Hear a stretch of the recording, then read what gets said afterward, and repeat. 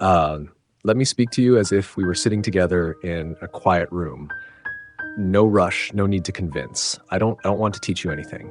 I only want to share what I've seen after more than 20 years observing people, money, and the way they can live an entire lifetime without ever feeling free. The strangest thing is that many people don't actually fail. They go to school, they work hard, they act responsibly, they don't destroy their lives with reckless decisions. And yet, at some point, they look back and realize they did everything right, except for one thing. They never truly controlled their own lives. For most people, freedom doesn't disappear in a single moment. It erodes slowly, a little each year, with every reasonable decision, with every time they say just this once. And before they realize it, their entire life is locked in place by things that were once called stability. Most people are taught that hard work leads to safety. What they're not taught is that safety can become the most sophisticated cage ever created. A cage that doesn't trap you with bars, but with bills, responsibilities, expectations, and the fear of losing what you already have. Money sits at the center of that cage, not because money is bad, but because very few people are taught how to place it correctly. From the beginning, money is treated as a reward. You work, you get paid, you spend, and then you work again.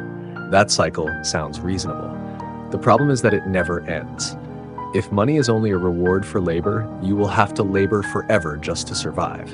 I've met many people in their 40s, 50s, even 60s. They aren't poor in the traditional sense, but they are trapped.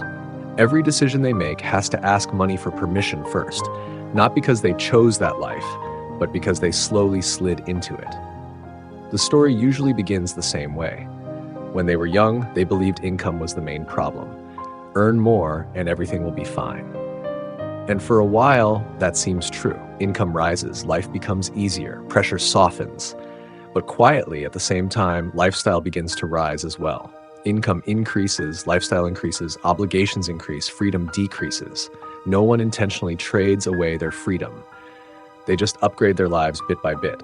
A better home because the family deserves it. A safer car because it's practical. A busier lifestyle because everyone does it. Each decision makes sense on its own, but together, they don't. This is where many intelligent people get stuck. They analyze each decision well, but never step back to look at the long-term trajectory. And money, like time, only reveals its true power when viewed from far enough away. A life is rarely destroyed by one bad decision. It is locked in place by hundreds of reasonable ones. One of the biggest mistakes is using money to treat emotions. Stress leads to spending. Fatigue leads to self-reward. Pressure leads to material upgrades. There's nothing morally wrong with this, but strategically, it's a long-term disaster. Money has two functions. One is to make today more comfortable.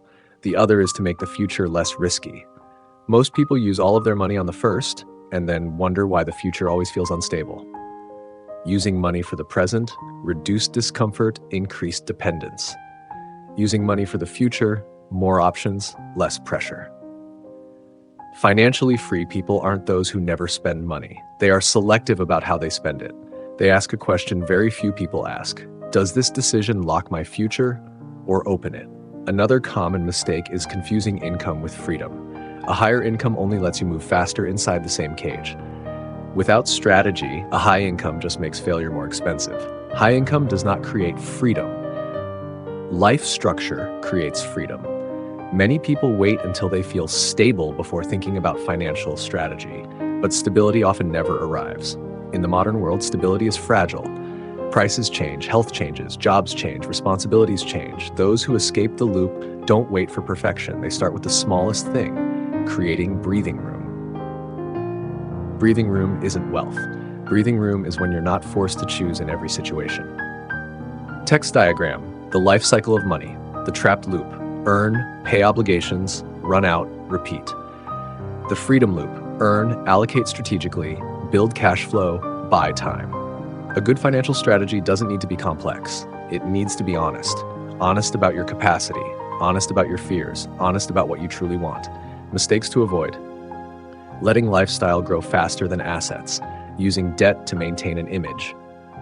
Not understanding personal cash flow, trading long-term freedom for short-term comfort.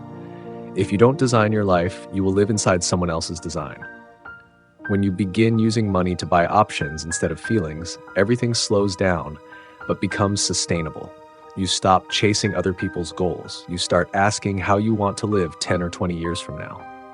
Freedom doesn't arrive when you have a lot of money. Freedom arrives when money is no longer the factor deciding everything. And paradoxically, that often comes sooner for people willing to slow down. Money doesn't give you freedom. Where you place money does. If you're still here, maybe you don't need more knowledge. Maybe you just need confirmation that you're not inadequate, that the pressure you feel isn't because you're weak, but because you're living inside a structure not designed for freedom. And the good news is this: any structure can be redesigned, slowly,